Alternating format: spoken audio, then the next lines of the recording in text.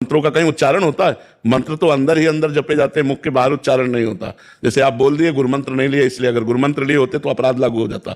आपने कैसे बोल दिया मंत्र को? मंत्र बोलना जाता है? इनसे पूछो, बुलवाओ इनसे किसी से मंत्र। महामंत्र बोल देंगे, नाम बोल देंगे, लेकिन गुरुमंत्र थोड़ी बोलेंगे जो गुरुमंत्र मिला है। चाहे गला काट दे तो गुरुमंत्र नहीं बोलेंगे। गुरु का आदेश होता है इसे गुप्त रखना, उसे गुप्त रखा जाता है। तो मंत्र गुप्त रखा जाता है, मंत्र का उच्चारण नहीं किया जाता है। ये जो पंचाक्षरी मंत्र उच्चारण नहीं, पंचाक्षरी मंत्र जप करते हुए अंदर गुरु प्रदत्त होने पर फिर आप भगवान शिव का अभिषेक। कोई एक तर्क दे रहे थे मंत्र तो मंत्र है, कल्याण होएगा? नहीं, सिद्धांत तो सिद्धांत है, ऐसे थोड़ी है। जहर तो जहर है, लेकिन शोध करके दे दिया जाए तो वो रोग का नाश करने वाला बन जाएगा। ऐसे खाओगे तो मर जाओगे। संख्या जहर है, लेकिन शोध के दे दिया जाए तो दम आदि बीमारियों को जड़ से नष्ट कर देता है। ऐसे थोड़ी है। कितना भी जप लो उसका प्रभाव नहीं होएगा हृदय में? खूब प्रभाव पड़ेगा।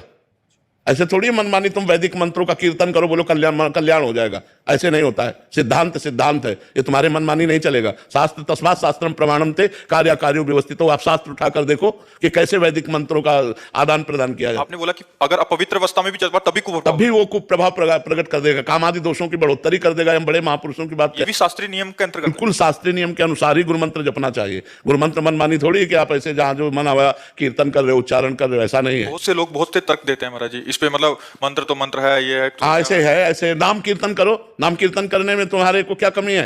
नाम संपूर्ण है, नाम कीर्तन करो। मंत्र कीर्तन नहीं होता, मंत्र जप होता है। और जप तीन प्रकार का होता है, एक वाचिक, एक उपांशु, एक मानसिक। तो वाचिक मंत्र नहीं जपा जा सकता, नाम जपा जा सकता है। उपांशु और मानसिक ही मंत्र जपा जा सकता है। शास्त्रीय सिद्धांत है। मनमानी आचरणों से क्या होता है? तभी महाराज जी पहले जो गुरुजी होते थे ऐसे ढक के, हाँ, ढक करके मंत्र देते थे। शंख घंटा नाद होते हुए मंत्र दिया जाता था कि दूसरा कोई सुन ना पावे। आजकल तो किताबें बन गई हैं महाराज जी। हाँ, तो किसको, तुम्हें कोई सिद्ध दिखाई दे रहा है क्या कि किताब से मंत्र लेकर वो सिद्ध हो गया?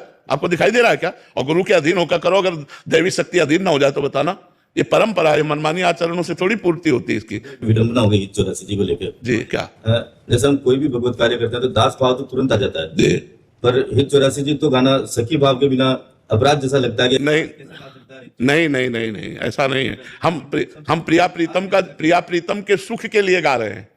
जैसे एक चीज होती है कि मेरे अधिकार की, एक होती है आपको पसंद की। तो मैं आपकी पसंद की चीज आपके लिए गा रहा हूं, मेरा उसमें कोई नहीं। मैं आपको सुख देने के लिए गा रहा हूं। तो चतुरासी जी सुनकर प्रिया प्रीतम मुस्कुराते हैं, तो हम उनकी मुस्कुराहट, दास है ना, तो हमें उनकी मुस्कुराहट चाहिए। तो उनकी मुस्कुराहट के लिए उनके वो गीत गाते हैं जो उनको सुख पहुंचाने वाले होते हैं। दास के लिए छोटे मुंह बड़ी बात नहीं हो जाएगी? नहीं, क्योंकि वो आचार्यों के द्वारा दी गई है ना। मैंने रचना थोड़ी की है, वो मेरी थोड़ी रचना है। और दासत्व तो सब में रहता है। जैसे सैचरी भाव है ना, वो भी तो दासत्व रहता है। हरिवंश बलिदासरी, इसमें अभी चूंकि भजन अभी रसमय आया नहीं ना, इसलिए डर लगता है, इसलिए वो बात ले आई है। पर आप गाते रहिए चुपचाप, अर्थ चिंतन मत कीजिए, गाते रहिए और सुनाते